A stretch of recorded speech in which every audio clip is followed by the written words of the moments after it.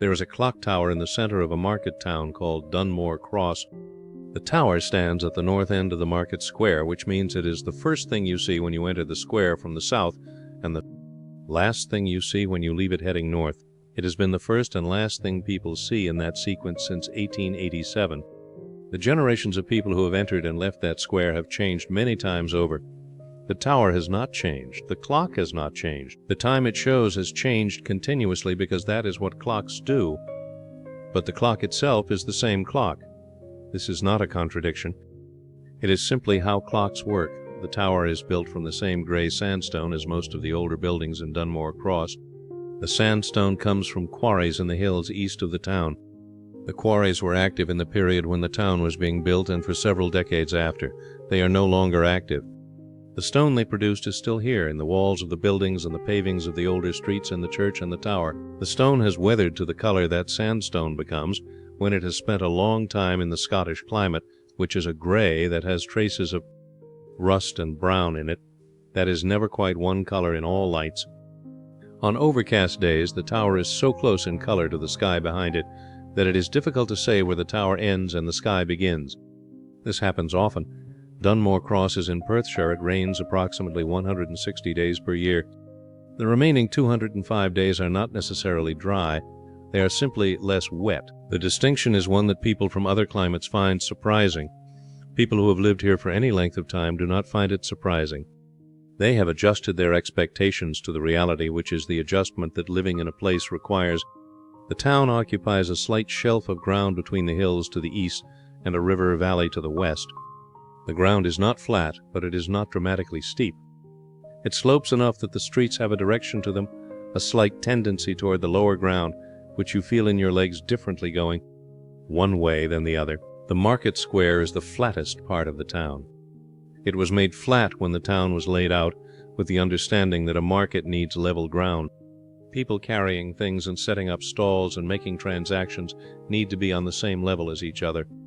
The square was designed for the practical reality of commerce, and the flatness is a practical choice that has outlasted the market by several decades. The market itself moved to a larger site on the edge of town in the 1960s. The square remained. It is still called the Market Square. The name has stayed even though the market has not, which is the way place names work.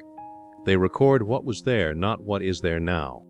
The clock tower was built in 1887, in the year of Queen Victoria's Golden Jubilee, at a time when towns across Britain were marking the Jubilee with civic improvements of various kinds. Some towns built bandstands, some built drinking fountains, some built park gates or memorial arches or anything that combined permanence with a certain celebratory quality. Dunmore Cross built a clock tower. The decision was made at a town meeting in the spring of 1887, and the funds were raised by public subscription over the following summer. The year is carved into the lintel above the tower door, along with the words "erected by public subscription." This phrase was the standard form in which Victorian towns acknowledged collective effort. It meant we built this together. It meant we did not ask permission from anyone above us. It meant we decided this was worth doing, and we found the means to do it ourselves. That pride is audible in the phrase even now. The carving is shallow and has been worn further by 130 years of Perthshire weather, so that in certain lights you have to know it is there to read it. In other lights it is perfectly legible. The light in Dunmore Cross changes quickly. You can stand in the square and watch the shadow of a cloud cross the tower and change the legibility of those words within a few seconds. This happens, and then it does not happen, and then it happens again. The words remain. The tower rises to a height of approximately 15 meters, which is modest by the standards of Victorian civic towers, but sufficient for its purpose.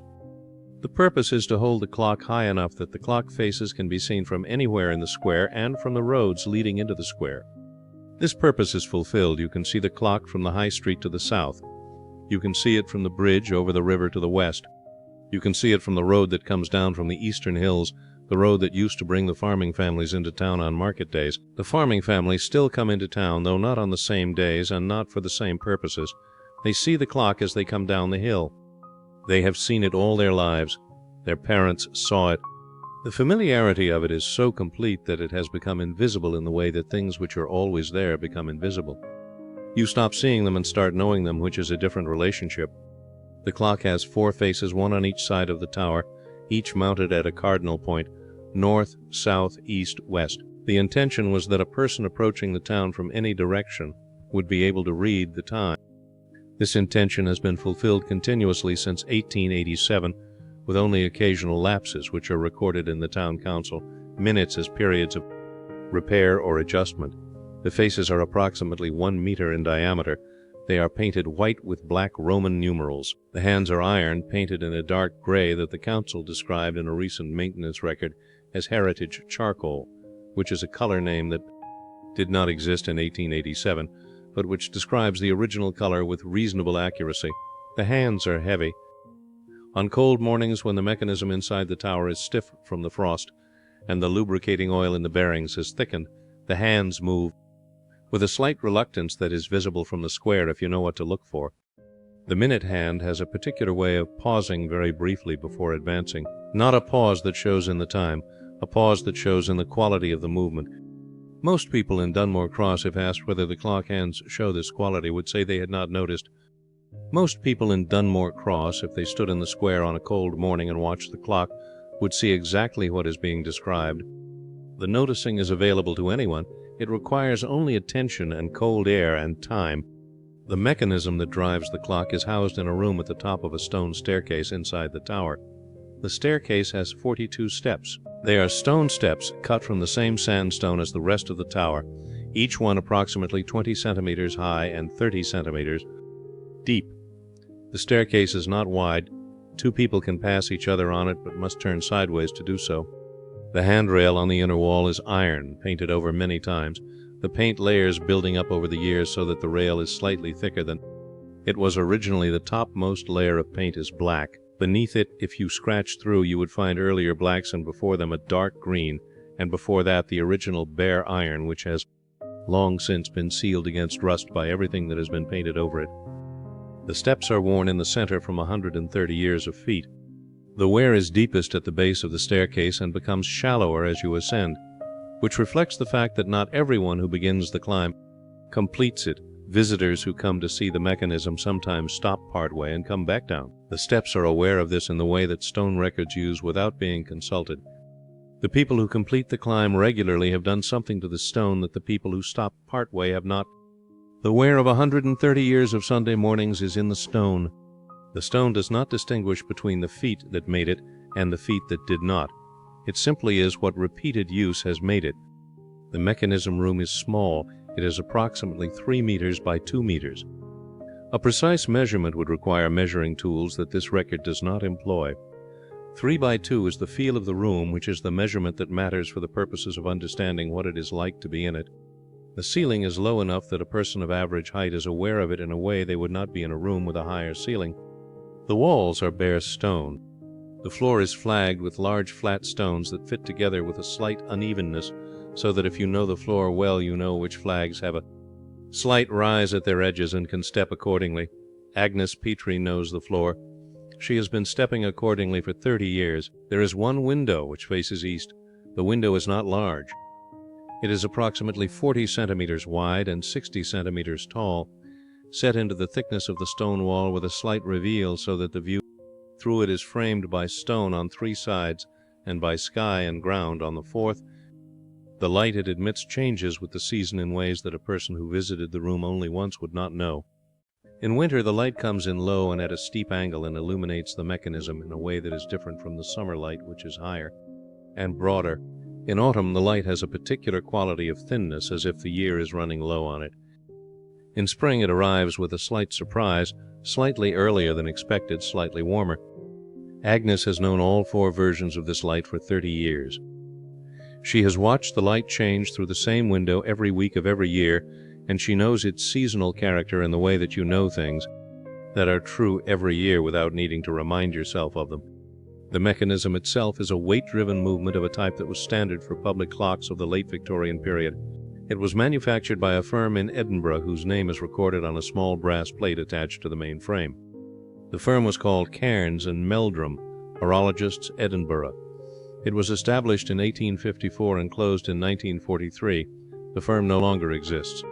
The mechanism does. The brass plate has been polished by successive hands over the years, not as an act of preservation or reverence, but because the plate is there, and there is something in the hands of a person standing in a small room with time on their hands that causes them to polish a brass surface, if one is available. The plate is bright. The rest of the mechanism is not bright. The rest of the mechanism is the gray of old iron and the darker gray of accumulated oil, and the particular quality that machines develop when they have been doing the same thing for a very long time, which is a quality that is related to but distinct from mere age. An old machine that has not been used looks different from an old machine that has been used continuously. The difference is not primarily about wear or damage. It is about a kind of settled authority that continuous use gives to a mechanical object. The clock mechanism at the top of the Dunmore Cross tower has this quality. It looks as though it has always been doing this and will continue to do this. It does not look fragile or tentative. It looks certain. The movement drives the 4 clock faces through a system of shafts and bevel gears that extend through the tower walls. The shafts are long enough that temperature changes cause slight variations in their length, which means the clock runs very slightly differently in summer than in winter. This is not a flaw. The mechanism was designed with these variations in mind. The tolerances accommodate them. The clock is never more than approximately 1 minute wrong due to seasonal variation. 1 minute wrong on a clock that has been running for 130 years, in a tower that was built by public subscription in the Jubilee year of a queen who has been dead for over a century, in a town of 340 people in Perthshire, Scotland, is not wrong. 1 minute wrong is correct. The standard we apply to things determines what we call them. The weights that drive the mechanism hang on chains inside the tower. There are 3 weights. They serve different functions within the movement. One drives the timekeeping, one drives the striking, one drives the chiming if the clock chimes, which this clock does not.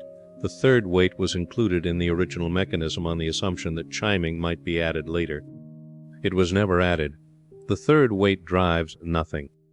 It hangs and descends with the others and is wound up with the others and contributes to the character of the weekly winding without contributing to the clock's output. Agnes winds it every Sunday along with the other 2. She has always wound it.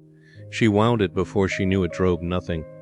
When she discovered this sometime in the 2nd decade of her tenure, she continued to wind it. The mechanism was designed to have it wound. She would wind it. When fully wound, the weights are at the top of their travel, which is near the ceiling of the weight shaft below the mechanism room. When unwound, they are at the bottom, which is near the floor of the tower ground level. The total distance of travel is approximately 8 meters. The weights descend over the course of a week. The rate of descent is constant because the clock runs at a constant rate, which is what a well-maintained mechanism produces. By Sunday morning, the weights are near the bottom of their travel, not at the bottom. If they reached the bottom before winding, the clock would stop. There is enough margin built into the mechanism's design that a week is not quite the full distance. A missed winding of 1 week would leave the weights very low but not stopped. 2 missed windings would stop the clock. This is the operational reality of weight-driven clock mechanisms.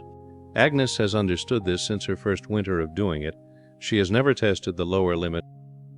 She has wound the clock every Sunday except one, and that one Sunday the clock did not stop, and she wound it the following Sunday, and the week's interruption left no trace in the clock's performance.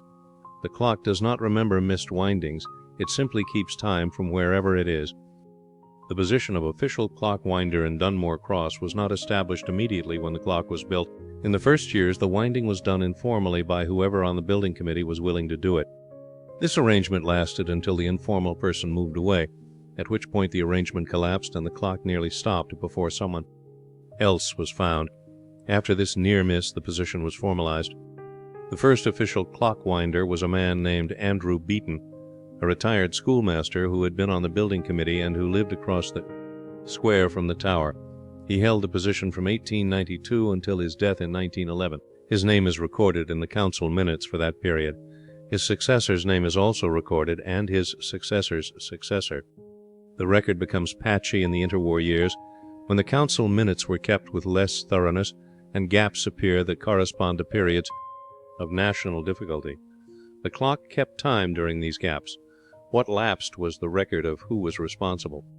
The responsibility itself was not discharged. The position was made a paid position in 1923, when the Dunmore Cross Town Council undertook a review of informal rolls that had accumulated around the town's civic infrastructure and decided to formalize them with small annual stipends. The stipend for clockwinder was set at £4 per year. This was not a significant sum even in 1923. It was enough to communicate that the roll was valued. It was enough to give the roll a status that informal arrangements do not have. The stipend was reviewed periodically over the following decades and adjusted for inflation with varying degrees of accuracy. By 1991, the year it was discontinued, it had reached £112 per year.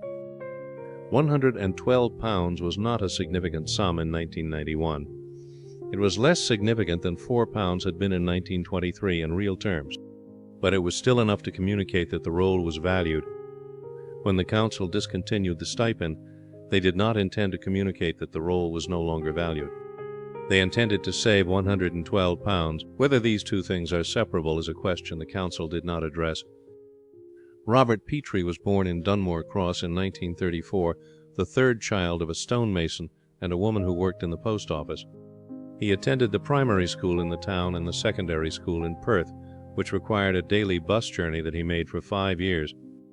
He returned to Dunmore Cross at the age of 18 and took up his trade as a stonemason, which was his father's trade and which he had been learning.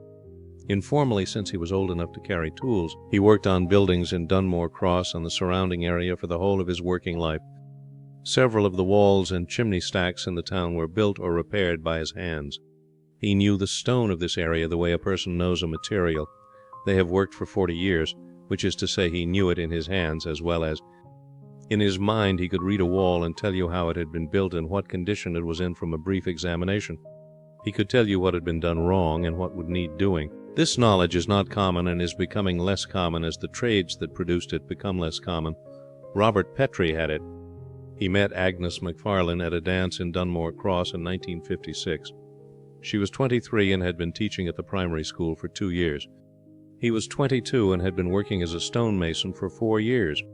They married in 1958 in the church on the north side of the square, a stone church of the same vintage as the tower, built from the same quarry stone. They moved into the house on Cairn Street where Agnes still lives, which is a 10-minute walk from the square. They had one daughter, Morag, born in 1957, who grew up in Dunmore Cross and attended the same primary school where Agnes taught, which required a careful management of the relationship between mother and daughter in a professional context that both of them found manageable. Morag left for Edinburgh in 1985 at the age of 28 to take a position with the Social Services Department. She came back twice a year.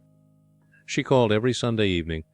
She sent postcards occasionally, a habit she had developed and maintained into an era when most people had stopped sending postcards. Agnes still has the postcards. They are in a box in the spare room. She has not looked at them in some years. She knows they are there. Robert took on the clock winding in 1968 at the age of 34. The previous holder, a retired farmer named Donald McIntyre, had held the position for 16 years and had developed a hip problem that made the staircase difficult. He mentioned this to Robert at the post office one morning, in the course of a conversation that Robert described later as not quite an application, and not quite an offer, but something between the two. Donald McIntyre said the stairs were becoming a problem. Robert said he was sorry to hear it. Donald said he supposed someone younger would need to take it on. Robert said that seemed likely. There was a pause. Donald said he had a key if Robert wanted it. Robert said he supposed he might as well take it. This was the interview process. The council was informed after the fact, and the transfer was noted in the minutes. Robert Petrie, stonemason, 14 Cairn Street, appointed clockwinder effective from the first Sunday of March 1968. The minute is brief. The appointment is brief. The key changed hands at the post office and the position continued. Robert held the position for 23 years until his death. In those 23 years he wound the clock on 998 Sundays, which is the number that results from 23 years of Sundays minus the Sundays he missed due to illness or the 2 weeks he and Agnes spent in Largs in the summer of 1974, which was the only holiday they took him away from Dunmore Cross for more than a single Sunday. The missed Sundays were covered on those occasions by an arrangement with a neighbor, a retired postman named Hamish Bryce, who had a spare key and who wound the clock when Robert was unavailable. Hamish Bryce died in 1979. After that, Robert did not miss Sundays. He adjusted his schedule when necessary to ensure that the clock was wound. Agnes knew this and did not comment on it because it was Robert's choice, and it was a reasonable choice, and commenting on it would have served no purpose. He did not speak often about the clock winding. It was something he did, not something he spoke about. Agnes knew he went on Sunday mornings. She knew approximately how long it took. She knew about the 42 steps because he mentioned them once in the context of the wear on the stone, which was something a stonemason would notice and remark upon. He said the steps were worn in the way that good stone wears, which was evenly and slowly, and in a way that told you something about how many feet had gone the same way.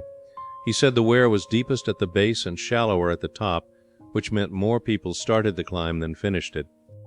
He said this without judgment. It was simply what the stone showed. Agnes remembered this detail long after she forgot other details, because it was the kind of observation that stuck, the kind that told you something about the person who made it. He described the mechanism room once, on an evening when Morag had asked about the clock and Robert had answered her questions.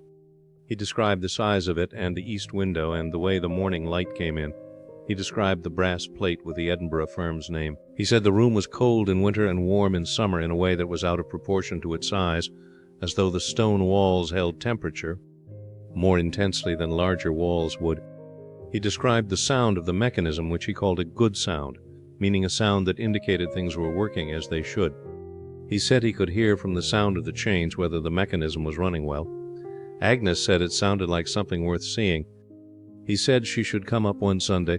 She said she would. She did not while he was alive. There was always a reason on any given Sunday morning to do something other than climb the tower stairs, and the invitation was open-ended, and open-ended invitations are easy to defer. She deferred it until there was no longer an invitation to defer. Robert Petrie died in December 1990 of a heart attack at the age of 56. He had not been ill in any diagnosed way before the heart attack. He had been tired in the autumn of that year, which Agnes had noticed, and which he had attributed to a heavy season of work which was plausible and which she had accepted.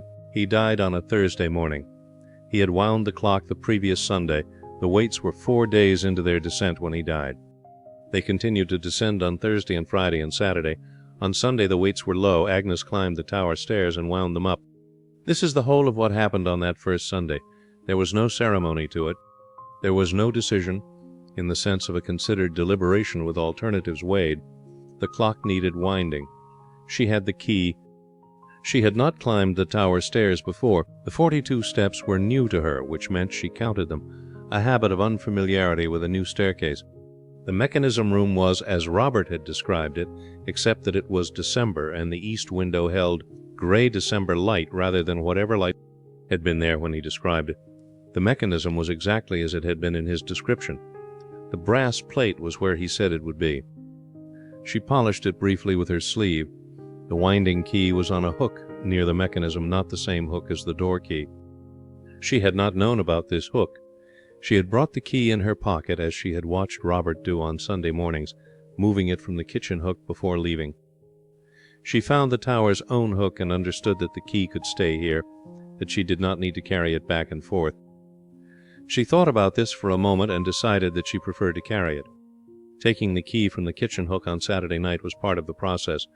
Returning it on Sunday was part of the process. The key being in her pocket on the walk across the square was part of the process. She would not leave it in the tower. She wound the 3 weights. She did not know about the 3rd weight being functionless. She simply wound all 3 because there were 3 and they were all part of the mechanism and they all needed winding. In this she was correct in practice, if not in technical understanding. She learned the technical detail years later and it changed nothing. She descended the 42 steps. The square was quiet. It was December and cold. The clock above the tower showed the correct time as she crossed the square, which was the purpose of everything she had just done, which was sufficient.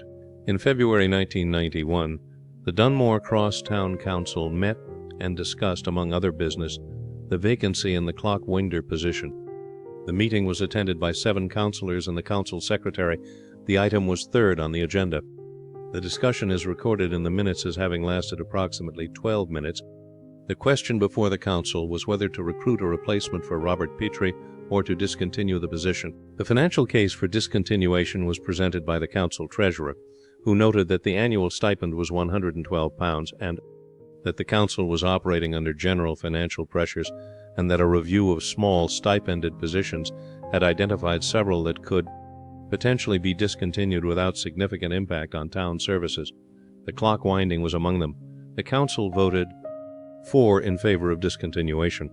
The position was discontinued. The budget was reduced by £112. The minutes do not record who the 2 councillors who voted against were or why they voted against. They do not record whether anyone raised the question of what would happen to the clock if the position was discontinued and no volunteer was found.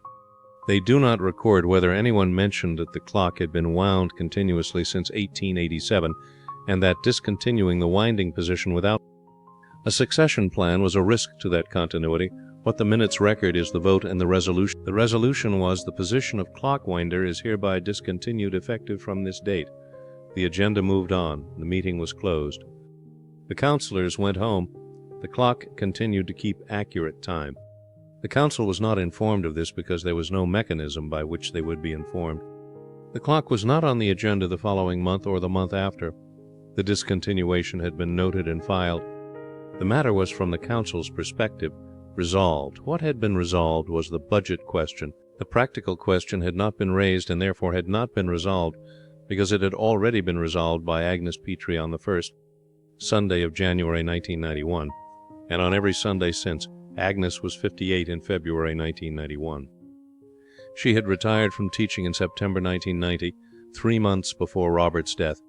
The 2 endings arriving so close together, her career and her marriage, had the quality of a great restructuring. She said to Morag in one of their Sunday evening calls. She said it plainly, which was how she said things. She was not minimizing it. She was describing it accurately. The structure of her life had changed significantly in a short period. She was adjusting to the new structure. The clock winding was part of the new structure, not a large part. 12 minutes on Sunday mornings, plus the walk to the tower and back. 25 minutes in total. 25 minutes that had not been in her Sunday mornings before, and that were now in her Sunday mornings as a fixed point around which the rest of the morning arranged itself. She did not tell anyone she was doing it, not because she was secretive, because it did not seem to require telling. You told people things that they needed to know, or things that were interesting enough to warrant telling. The clock winding did not seem to her to fall into either category. The clock was being looked after. That was the relevant fact. Who was looking after it was a detail. She was not given to making things about herself that were not about herself. Her neighbor on Cairn Street, a woman named Eyelid Drummond, who had lived next door for 20 years, saw Agnes leaving with the key on Sunday mornings. She put the obvious pieces together and drew the obvious conclusion.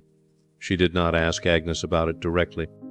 In Dunmore Cross, as in many small towns, there is a distinction between what is known and what is discussed. Things can be known without being discussed. The clock winding was known in this way by a number of people over the years. The postmistress knew. The man who opened the newsagent on Sunday mornings and saw Agnes cross the square knew. A retired farmer named Ewan Gillies, who lived above the hardware shop and who was an early riser, knew because he saw her on the tower stairs through his upstairs window on clear mornings. None of these people raised the matter with the council. The council had discontinued the position. The clock was still running. The matter seemed from the outside to have resolved itself. Councils discontinue positions and arrangements continue. This is not unusual. Agnes wound the clock through the first winter of her tenure, which was the winter of 1991, the hardest of the 3 or 4 winters in the period that were notable for cold. The mechanism room was cold enough in January that her breath showed in it. The winding key was cold in her hands. The iron of the mechanism was cold to the touch when she brushed against it. She wore gloves which made the winding slightly more difficult. She found a technique that worked with gloves. She wound it through the spring of 1991, when the east window showed the hills across the valley greening and the light returning to a quality that was closer to adequate than the winter light had been. She wound it through the summer, when the mornings were bright by the time she reached the tower, and the mechanism room was warm from the sun. On the stone in the east window showed a view that had the quality of a painting in the way that good light can make a landscape look like a representation of itself. She wound it through the autumn when the leaves in the valley turned, and the light thinned, and the mornings came later, and the clock's face was sometimes in shadow and sometimes in raking light, depending on the cloud. She wound it through the second winter and the second spring, and the years that came after those. In the second year she had a chest infection that required her to spend a week in bed. She had not been significantly ill before this, not since childhood, and the requirement to stay in bed was an imposition that she found more difficult than the illness itself. She was told to rest. She rested impatiently. On the Sunday of her second week of enforced rest, she lay in bed and thought about the clock. The weights would be at their lowest point. She calculated the margin. The clock would not stop. There was enough travel left. If she missed this Sunday and wound it the following Sunday, the clock would be very low but not stopped. This was the operational reality she had understood since her first winter.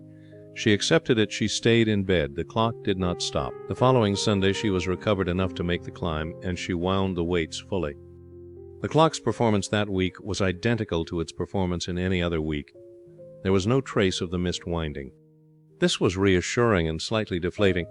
The mechanism did not know about her chest infection. It did not register the exceptional nature of the missed Sunday. It simply continued. She found she preferred this.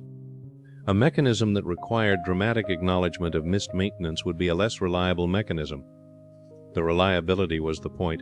In 1994, the staircase had its stones repointed. A contractor from Perth came with a crew and spent 2 days inside the tower.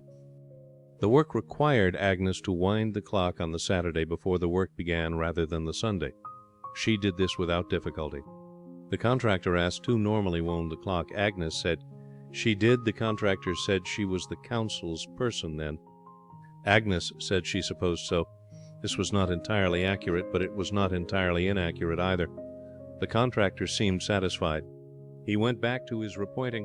Agnes went back to Cairn Street. The repointing improved the staircase in ways that were primarily structural but also slightly aesthetic. The fresh pointing was a slightly lighter gray than the old pointing, and the stone had been cleaned in the process, and the staircase looked for a period of about a year noticeably cleaner and lighter than it had before. Agnes noticed this. She noted it as an improvement. By the second year after the repointing, the staircase had returned to the color of everything else in the tower, which is the color of a stone. Building in a wet climate that has had 40 years since its last significant cleaning. This is not a pejorative description. It is the natural color of stone that is doing its job. Stone buildings are supposed to look like stone buildings. The repointing had done what it needed to do. The aesthetics were a secondary matter and had attended to themselves in the expected way. Agnes developed over the years a knowledge of the mechanism that was largely practical but not entirely uninformed by curiosity. She did not seek out technical literature on Victorian clock mechanisms. She learned by observation over a long period, which is a different kind of knowledge from what reading would give, but which has its own completeness. She learned the particular sound of each of the 3 weights' chains. She learned that the first weight, which drove the timekeeping, had a chain that moved with a slightly different quality than the other 2, which she came to think of as a more serious chain, though she knew this was an anthropomorphism. She learned the seasonal variations in the mechanism's behavior. She learned that the mechanism was most reliable in September, when the temperature was stable and the oil had not yet thickened for winter, and the expansion effects of summer had passed. September was the mechanism's best month. Agnes came to like September partly for this reason, and partly because September was generally a month she liked for its own qualities. But the mechanism's September reliability was part of it. She also learned which of the flagstones in the mechanism room had a slight rise at their edges and which were flush. She learned this by stumbling slightly on the raised ones in her first year and by accommodating them thereafter. She could have walked into the room without looking down and navigated it correctly by the time she had been doing it for 2 years. She did not walk in without looking down. She looked where she was going, but the knowledge was there if she needed it. In 1997, which was her 7th year of winding, a local historian came to examine the mechanism as part of a project on Victorian civic infrastructure in Perthshire. His name was Dr. Graham Sinclair, and he came from the University of Stirling. He came on a Wednesday, and Agnes accompanied him to the tower, having been contacted by the council as the person with access. The contact came through the council secretary, who had Agnes's name from a file that contained a note of who held keys to civic buildings. This was the first time Agnes appeared in any official context in relation to the clock. The note had been made by a previous council secretary who had needed to know who held the keys, and had asked around and been told it was Agnes. Petrie, the note said. Keyholder Mrs. A. Petrie, 14 Cairn Street. It did not say clockwinder, it said keyholder. The distinction was accurate in a narrow sense and incomplete in a broader sense. Agnes was the keyholder. She was also the person who wound the clock every week. The note captured the former and not the latter. Dr. Sinclair was interested in the mechanism and spent considerable time examining it and photographing it and making notes. He asked Agnes several questions about its current condition and maintenance. She answered them. She did not elaborate beyond the questions asked. He asked how often it was serviced. She said it had not been formally serviced in her knowledge of it, which at that point was 7 years. He asked who was responsible for it. She said she wound it. He asked if she was a horologist. She said she was a retired primary school teacher. He wrote this down. His report, published the following year, included a brief reference to the Dunmore Cross clock as an example of a well-maintained weight-driven movement in continued operation, and noted that the clock was wound by a retired local resident who had assumed responsibility in formally following the discontinuation of the official position. He did not name her. The report was read by a small number of people. Agnes did not read it. She did not know it existed. In 1999, the clock face on the south side of the tower needed repainting. The white had yellowed and the black numerals had faded in places, and the heritage charcoal of the hands had chipped in several spots. The council arranged for a contractor to repaint it. The contractor required access to the clock hands to repaint them, which meant entering the mechanism room to manually hold the hands in position. Agnes accompanied the contractor and his assistant. The assistant was a young man in his 20s who made the climb easily and who asked, while they were in the mechanism room, how old the clock was. He looked at the mechanism for a moment and then looked away in the way that people look at things that are interesting but that are not their his primary concern was repainting the clock face. He and the contractor went to work. Agnes stood near the east window and waited. The light that morning was the light of early October, thin and clear, and the view showed the valley and the hills with a quality of distinction. Between them that summer haze prevents and winter cloud obscures. She stood at the window for some time while the repainting work was done. She was not waiting impatiently, she was simply there. The repainting was finished by noon. The south face of the clock was white again, the numerals clear, the hands repainted in fresh heritage charcoal. Agnes wound the mechanism while the contractor packed his equipment. It was a Wednesday, not a Sunday. The mechanism did not know the difference. The year 2002 began with a cold January and a relatively mild February. Agnes wound the clock through both months. The council across the square in the council offices did not know this and had not known it for 11 years. In March 2002, a by-election was held to fill a vacancy on the council. The vacancy had been created by the retirement of a long-serving councillor who had held his seat since 1987. The by-election was contested by two candidates. One was a local woman who ran the cafe on the square. The other was David Farquhar, an accountant who had moved to Dunmore Cross from Dundee 2 years previously with his wife and 2 children. David Farquhar won by 14 votes. He attended his first council meeting in April 2002 and his second in May. Before his second meeting, he had been reviewing the council's historical accounts, which was something he did as a matter of professional habit. He was an accountant. He read accounts the way other people read newspapers. The historical accounts of Dunmore Cross Town Council showed, in the records for 1991 and prior, a line item under civic maintenance, clock winder, stipend, £112 per annum. The line stopped in 1991. David Farquhar noted this and at his second council meeting, during the portion of the agenda given to matters arising, raised the question. He said, "I've been looking at the historical accounts and I see the clockwinder stipend was discontinued in 1991. The council secretary confirmed this. David Farquhar said, "So who winds the clock?"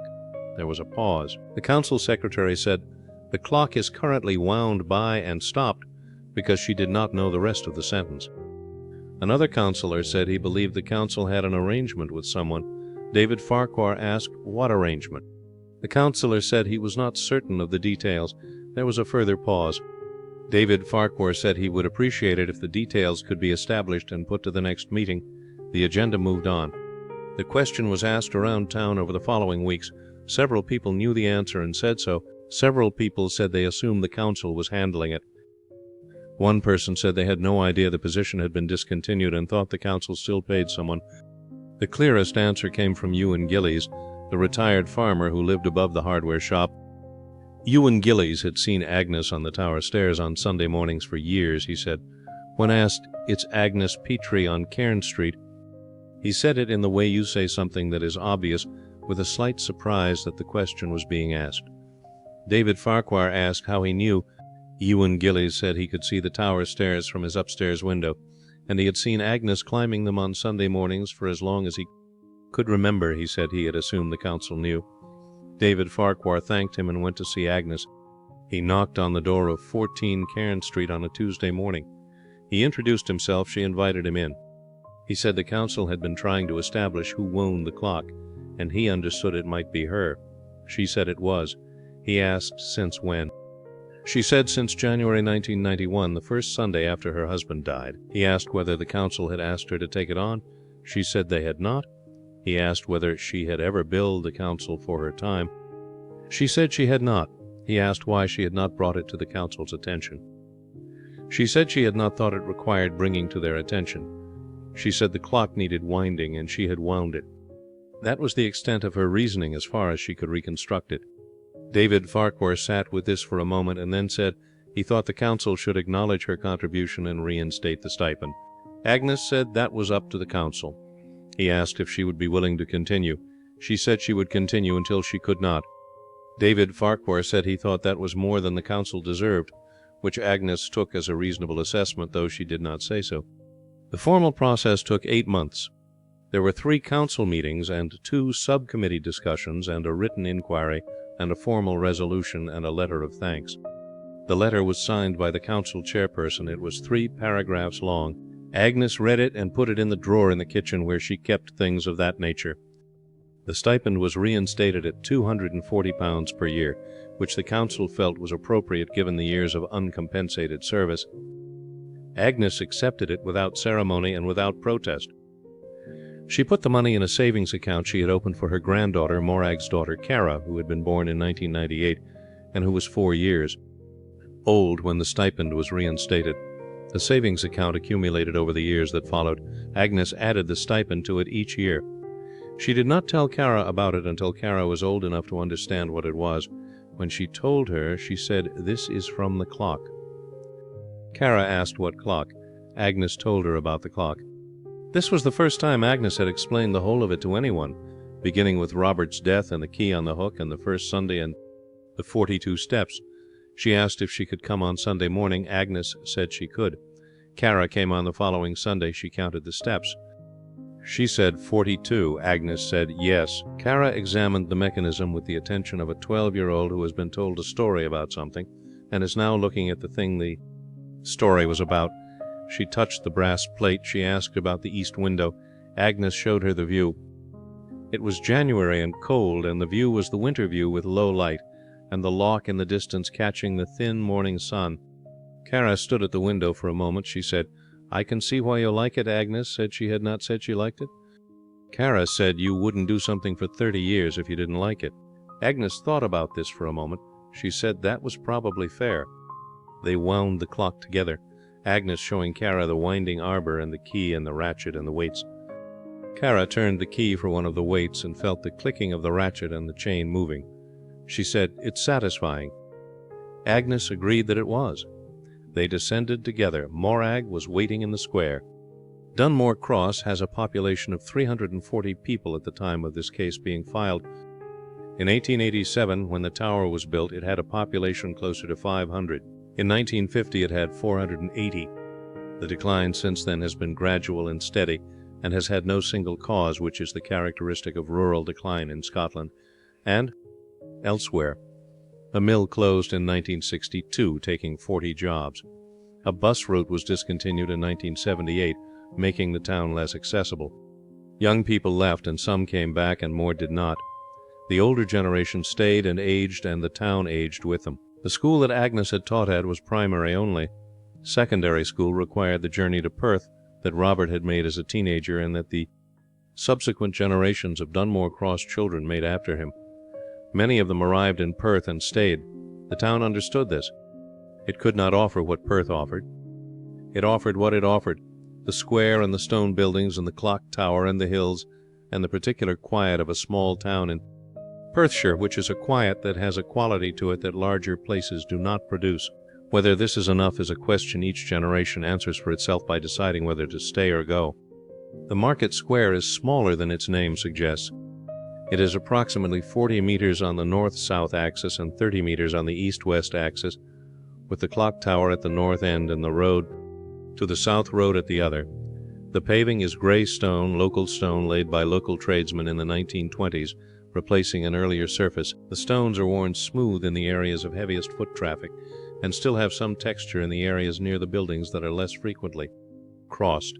You can read the traffic patterns of 100 years in the texture of the pavement. It is the same record that the clock tower stairs hold. The stone of a place records what the place does without making judgments about it. The buildings around the square include a post office that has been in the same building since 1921. The postmistress is a woman named Catriona MacDonald, who took over the position from her mother in 2003, and who knows Agnes well.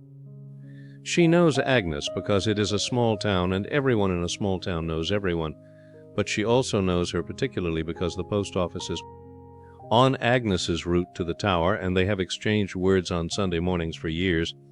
Catriona MacDonald opens the post office on Sunday mornings to sort the week's deliveries, which is a task that does not require public opening but does require her presence. She sees Agnes cross the square from her sorting window. She has seen this for 20 years.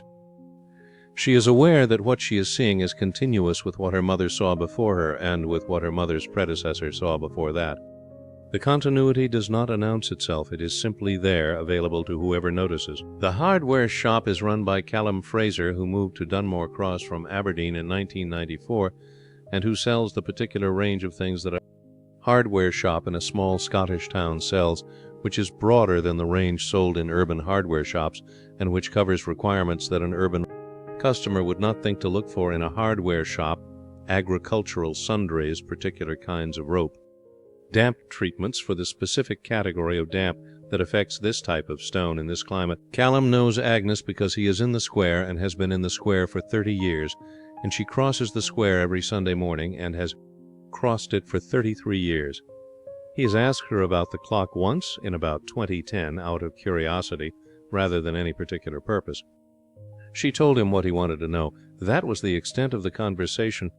He looks at the clock sometimes from his shop window on quiet afternoons when there's nothing else to look at, and thinks about the fact that someone climbs those stairs every Sunday morning to make the clock right. He finds this neither moving nor unremarkable. He finds it simply true, which is the category of thing that is beyond being moving or unremarkable, because it is what is.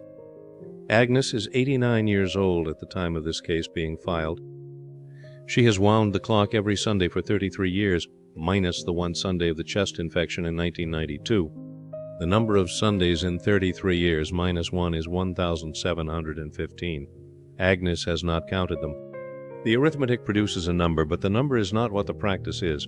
The practice is what it is week by week, which is leaving the house with the key in her pocket, crossing the square, opening the tower door, climbing the stairs, doing the winding, looking briefly at the east window, descending, crossing the square home.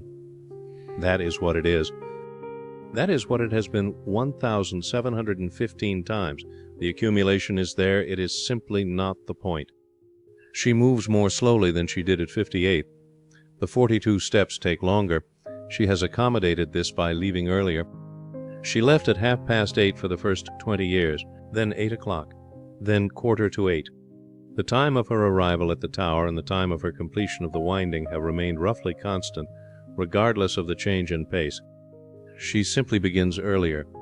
This is an accommodation of the body by the habits of the mind, which is one of the adjustments that being old requires, and which Agnes makes without drama. Morag came back to Dunmore Cross in 2009. She was 52. She had been in Edinburgh for 24 years. She came back partly for reasons of her own and partly because of Agnes, though she framed it as a mutual arrangement, and Agnes accepted this framing. Without argument, The house on Cairn Street had 2 bedrooms and had been at Agnes's sole occupation since Morag left in 1985. When Morag came back, the house became a shared house again, as it had been in Morag's childhood. The resharing required adjustment. Morag was not the person she had been in the house in 1985, and Agnes was not the person she had been then either. They were 2 adults with separate habits and separate lives, learning to share a house as those adults rather than as the mother and daughter of an earlier decade. On the whole, they managed it well. They were both practical. They were both largely comfortable with silence. They agreed on the important things without needing to discuss them extensively. The clock winding was not discussed. It was part of Agnes's Sunday mornings, and Morag accommodated it as such. Morag began accompanying Agnes to the tower at some point in the first year of being back, without being asked and without announcing that she was doing so. She was awake early on Sunday mornings in any case, because she still ran. She ran before Agnes left for the tower and finished in time to walk with her. She waited in the square while Agnes climbed. She stood near the cafe or near the low wall by the tower door, or sometimes walked a circuit of the square. The square on Sunday morning at 7:45 was a particular environment. Quiet without being empty. The town was there behind its closed doors and drawn curtains, present but not yet active. The birds were active, the stone was usually damp. The sky was whatever the sky was, which in Perthshire is a wide range of options, often within the same morning. Morag came to know the square at this hour well, in the way that a person who returns regularly to the same place at the same time comes to know the particular character of that place at that time. It is a knowledge that is separate from knowing the place at other times. Agnes and Morag do not speak much on the walk to the tower or the walk back. They say what there is to say. When there is nothing to say, they do not say anything.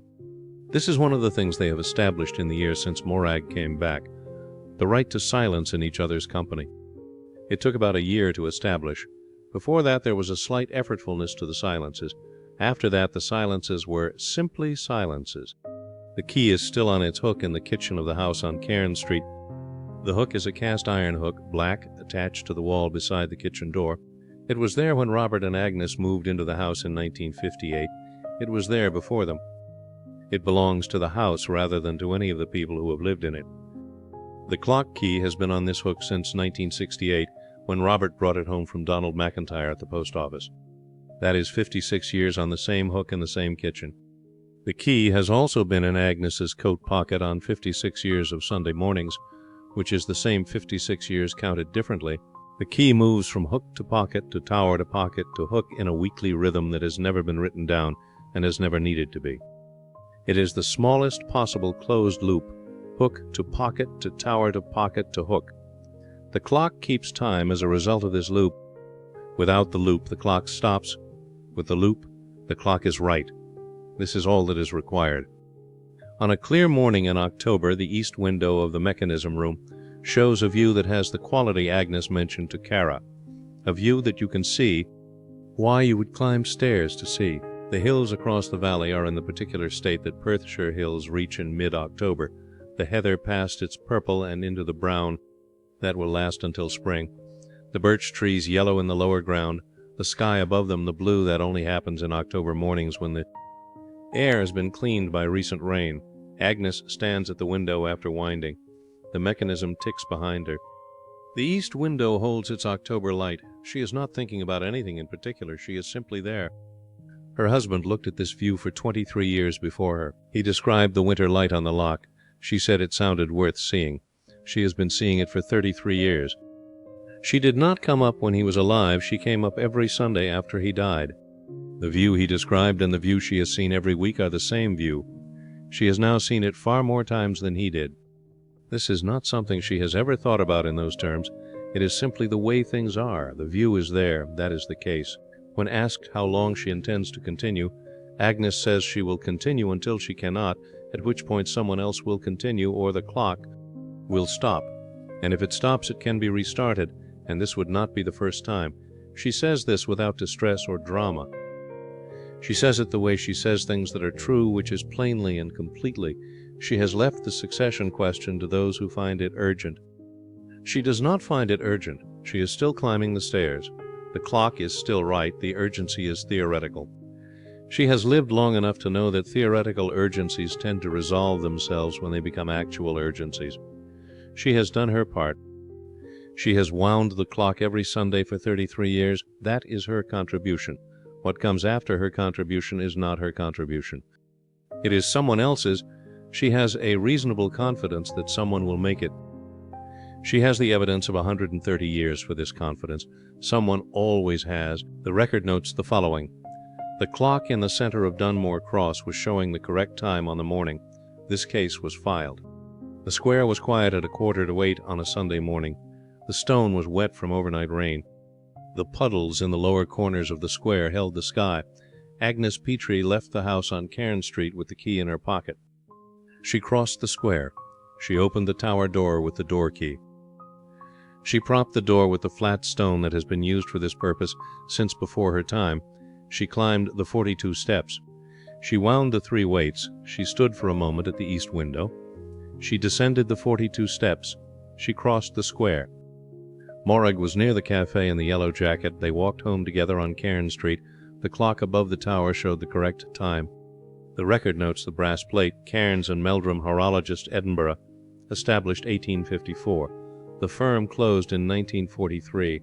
The mechanism continues. The record notes the one Sunday missed in the second year during the chest infection of 1992. The clock did not stop. The record notes the 11 years during which no one in any official capacity knew who was winding the clock. The record notes the 8 months it took to formally establish what Ewan Gillies had known from his upstairs window for years. The record notes that Agnes Petrie, when asked why she had not brought the matter to the council's attention, said she had not thought it required bringing to their attention. The record finds this to be, in its particular plainness, a complete and accurate description of what she had done and why. She had the key. The clock needed winding. Nothing more was required. She gave nothing more, she gave nothing less, filed under continuations. Things that kept going because someone kept going. The clock is right.